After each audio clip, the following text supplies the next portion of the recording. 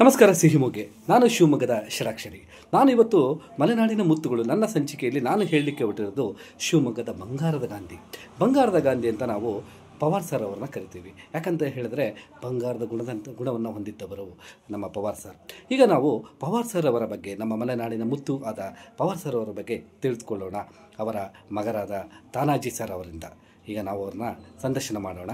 So ಸ್ವಾತಂತ್ರ್ಯ ಕಾಲದಲ್ಲಿ Pawar sir ಅವರು ಯಾವ ರೀತಿ ಜೀವನವನ್ನು ಸಾಗಿಸಿದ್ರು, ಸೊ ಮಲೆನಾಡಿನ ಮುತ್ತು ಯಾವ ರೀತಿ ಅವ್ರನ್ನ ಹೇಳ್ಬೋದು ಅನ್ನೋದನ್ನು ನಾವು ತಿಳ್ಕೊಳ್ಳೋಣ. ಈಗ ತಾನಾಜಿ ಸರ್ ಅವ್ರನ್ನ ಮಾತಾಡ್ಸೋಣ. ನನ್ನ ಹೆಸರು ಆರ್ ತಾನಾಜಿರಾವ್ ಪವಾರ್ ಅಂತೇಳಿ. ನನ್ನ ತಂದೆ ಹೆಸರು ಎಂ ರಾಮರಾವ್ ಪವಾರ್ ಅಂತೇಳಿ. ಹಿರಿಯ ಸ್ವಾತಂತ್ರ್ಯ ಹೋರಾಟಗಾರರು, ನಿಷ್ಠಾವಂತ ಸ್ವಾತಂತ್ರ್ಯ ಹೋರಾಟಗಾರರಾಗಿದ್ದರು. ಅವರು ಯಾವುದೇ ಕಾರಣಕ್ಕೂ ಸಾಯುವ ತನಕ ಪೆನ್ಷನ್ ತೆಗೆದುಕೊಳ್ಳಲಿಲ್ಲ. ಅನಂತರ ಅವರಿಗೆ 4 ಎಕರೆ ಜಮೀನು ಕೊಟ್ಟರು, ಅದನ್ನು ಸಹ ಅವರು ತೆಗೆದುಕೊಂಡಿಲ್ಲ. ಅವರು ಸುಮಾರು ಶಿವಮೊಗ್ಗದಲ್ಲಿ 1.5 ತಿಂಗಳು, ಬೆಂಗಳೂರಲ್ಲಿ 3 ತಿಂಗಳು, ಚಿಕ್ಕಮಗಳೂರಲ್ಲಿ 3 ತಿಂಗಳು, ಒಟ್ಟು 7.5 ತಿಂಗಳು ತನಕ ಜೈಲು ವಾಸ ಅನುಭವಿಸಿದ್ದಾರೆ. ಕೊನೆಯ ತನಕ ಅವರು ಗಾಂಧಿವಾದಿಯಾಗೇ ಇದ್ದರು. ಅವರು ಉಡ್ತಕ್ಕಂಥ ಜುಬ್ಬ ಇರ್ಬೋದು, ಒಳಗಡೆ ಬನೀನ್ ಇರ್ಬೋದು, ಪಂಚೆ ಇರ್ಬೋದು, ಯಾವುದೇ ವಸ್ತು ಇದು ತೊಡುವಂಥ ಬಟ್ಟೆ ಇದ್ದರೂ ಎಲ್ಲ ಖಾದಿಮಯನೇ ಆಗಿದ್ದವು.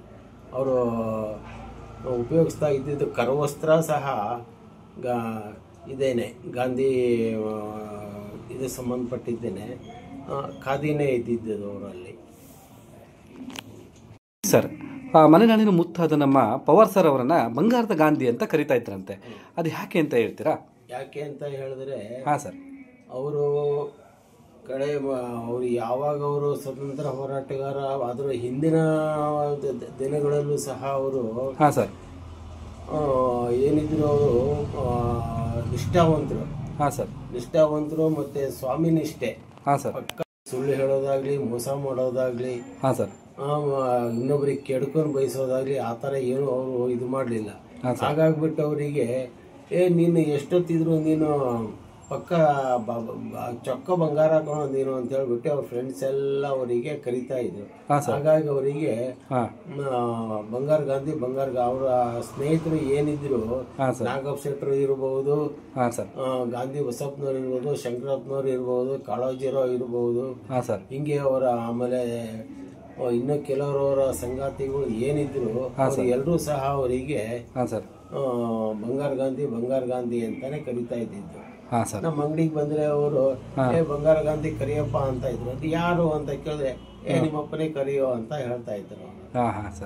ಆ ಒಂದು ಮಟ್ಟದಲ್ಲಿ ಇದ್ರು. ಆಮೇಲೆ ಇನ್ನೊಂದು ಏನಪ್ಪಾ ಅಂದ್ರೆ, ಅವರು ಬಂಗಾರ ಗಾಂಧಿ ಅಂತ ಹೆಸರನ್ನ ಉಳಿಸ್ಕೊಂಡಿದ್ದು ಹೇಗೆ ಅಂದ್ರೆ, ಅವರು ಕೊನೆ ತನಕ ಪೆನ್ಷನ್ ತೆಗೆದುಕೊಂಡಿಲ್ಲ.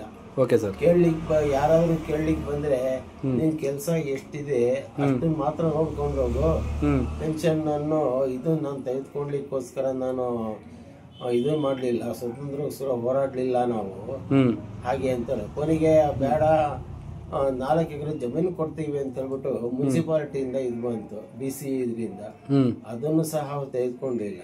ಹಾಗಾಗಿ ಅವರಿಗೆ ಬಂಗಾರ ಗಾಂಧಿ ಅನ್ನೋ ಹೆಸರು ಶಾಶ್ವತವಾಗಿ ಉಳ್ಕೊಳ್ತು. ಅವರಿಗೆ ಬೆಲೆ ಹೆಚ್ಚಿಗೆ ತಗೊಳ್ಳೋದು ಮಾಡೋಂಗಿರ್ಲಿಲ್ಲ. ಅಕಸ್ಮಾತ್ ಇವಾಗ ಆಗಿನ ಕಾಲದಲ್ಲಿ $1 ರೂಪಾಯಿ ಒಂದು ಫೋಟೋ, $1.25 ನಾನು ತೆಗೆದುಕೊಂಡೆ ಅಂತ ಹೇಳಿದ್ರೆ ಮತ್ತೆ ಕಪಾಳಕ್ಕೆ ಹೊಡೆದು ಬಿಡ್ತಾ ಇದ್ರು. ಇಲ್ಲ ಅಂದ್ರೆ ಗಿರಾಕಿ ಎದುರುಗಡೆನೆ ಬೈತಾ ಇದ್ರು. ಅಂತ ನಿಷ್ಠುರವಾದ ಸುಳ್ಳು ಅಂದ್ರೆ ಆಗ್ತಾ ಇರ್ಲಿಲ್ಲ. ಸಾಯೋ ತನಕ ಅವರಿಗೆ ನಮ್ದೊಂದು ಹಳೆ ಮನೆ ಇತ್ತು. ಆ ಮನೆನ 14,000 ರೂಪಾಯಿ ಕೊಟ್ಟು ಬಿಟ್ರು. ಅವ್ರು ಬಂದ್ರು, ನೋಡೋ ಹಿಂಗೆ 14,000 ಕೊಟ್ಟಿದ್ದೀನಿ, ಆಯ್ತಪ್ಪ ನಿನ್ನ ಆಸ್ತಿ ನೀ ಏನಾದ್ರು ಮಾಡ್ಕೊ ಅಂತ ಹೇಳಿದೆ ನಾನು. ಆನಂತರ ಕೆಲವ್ರು ಏನ್ ಮಾಡಿದ್ರು, ಏನೋ ಅಷ್ಟಕ್ಕೆ ಹೋಗುತ್ತೆ ಇಷ್ಟಕ್ಕೆ ಹೋಗುತ್ತೆ, ನೀನು ಏನೋ ಹೀಗ್ ಮಾಡ್ದಲ್ಲ, ಹೋಗಿ ಕೇಳು. ಇಲ್ಲಪ್ಪ ಅವ್ರು ಕೊಟ್ಮೇಲೆ ನಾನು ಇದೇನು ಮಾಡೋದು, ಕೊನೆ ನಮ್ಮ ತಂದೆರಿಗೆ ಹೋಗಿ ನೋಡಿ ಹಿಂಗ್ ಪೀಡಿಸ್ತಾ ಇದೆ ನೋಡು, ನಾನು ಮಾತು ಕೊಟ್ಟಾಗಿದೆ, ಆ ಮಾತನ್ನ ನಾನು ಇದು ಮಾಡೋದಿಲ್ಲ, ನಿನ್ ಮನ್ಸಿಗೆ ಸಮಾಧಾನ ಇಲ್ಲ ಅಂದ್ರೆ ನೀನು ಹೋಗು ಅಷ್ಟೇ ಹೊತ್ತು ನಾನು ಬರೋದಿಲ್ಲ ಅಂತ ಹೇಳಿದ್ರು. ಸೀದಾ ಆ ದಿನಕರ್ ಅವ್ರ ಹತ್ರ ಹೋದೆ. ಹೋಗ್ಬಿಟ್ಟು ಏನ್ ಸರ್ ಹಿಂಗ ಆಗಿತ್ತಲ್ಲ ಹಾಗೆ ಹೀಗೆ ಅಂತ ಅವ್ರು ಒಂದ್ ಮಾತು ಹೇಳ್ಬಿಟ್ರು, ಏನೋ ನಿಮ್ಮ ಅಪ್ಪನಿಗೆ ಬಂಗಾರ ಗಾಂಧಿ ಅಂತ ಕರಿತಾ ಇದ್ವಿ, ಸುಳ್ಳು ಹೇಳ್ಬಿಟ್ನಲ್ಲ ಅಂತ. ಅವನು ಬರ್ಲಾದ್ರೆ ನಿನಗೆ ಕಳಿಸ್ಕೊಟ್ಟಿದಾರಲ್ಲ ಅವರು ಅಂತ. ಹೌದು. ಕಡೆಗೆ ಏನ್ ಮಾಡ್ದೆ, ಇಲ್ಲ ಅದು ನನಗೊಂದು ಮಾತು ಕೇಳ್ಬೇಕಾಗಿತ್ತು ನೀವು ಅವ್ರ ಮಗನಾಗಿ, ನಿನಗೇನು ಕೇಳ್ಬೇಕು ಅದನ್ನ, ಅವರ ಸಂಬಂಧಪಟ್ಟ ಆಸ್ತಿ. ಸರಿ ಬಿಡಿ ಸರ್ ನಾನು ಬರ್ತೀನಿ ಅಂತೇಳಿ ಬಂದೆ. ಯಥಾವತ್ತಾಗಿ ನಮ್ಮ ತಂದೆಯವರಿಗೆ ಹೇಳ್ಬಿಟ್ಟೆ. ಅವ್ರ ಕಣ್ಣೀರು ಹಾಕ್ಬಿಟ್ಟು ಕೊನೆ ತನಕ ನಾನು ಉಳಿಸ್ಕೊಂಡು ಬಂದಿದ್ದನ್ನ ಕೇವಲ ಒಂದು ಇದಕ್ಕೋಸ್ಕರ ನಾನು ಸುಳ್ಳು ಅನ್ನಿಸ್ಕೊಂಡ್ ಬಿಟ್ನಲ್ಲ ಅಂತ ಹೇಳಿ ತರ ಇದು ಮಾಡ್ಬಿಟ್ಟು ನನಗೆ ಒಂಥರ ಬೇಜಾರಾಗೋಯ್ತು ರೀ. ಹೌದು ಸರ್. ನಾನು ಹೇಳಬಾರ್ದಿತ್ತೇನೋ ಅನಿಸ್ಬಿಡ್ತು ನನಗೆ ಅದು. ಹೌದು. ಆದ್ರೆ ಏನ್ ಮಾಡ್ತೀರಿ, ಹೇಳಲೇಬೇಕಾಯ್ತು ನಾನು. ನಾನು ಇದು ಮಾಡಂಗಿರ್ಲಿಲ್ಲ. ಕೊನೆಗೆ ಅದಾಗಿ ಒಂದು 8 ದಿವಸಕ್ಕೆ ಅವರು ತೀರ್ಕೊಂಡ್ಬಿಟ್ರು. ಅದೇ ಮನ್ಸಲ್ಲಿ ಹೊರಗೆ ಹಚ್ಕೊಂಡ್ಬಿಟ್ರು. ಕೊನೆ ಕಾಲದಲ್ಲಿ ನಾನು ಈ ರೀತಿ ಅನಿಸ್ಕೊಳ್ಬೇಕಾಯ್ತಲ್ಲ, ಸ್ನೇಹಿತರ ಹತ್ರದಿಂದಾನೇ ಅನಿಸ್ಕೋಬೇಕಾಯ್ತಲ್ಲ ಅಂತ ಹೇಳಿ ಮನ್ಸಿಗೆ ಹಚ್ಕೊಂಡು ಸಾಯೋ ಹಿಂದಿನ ದಿವಸ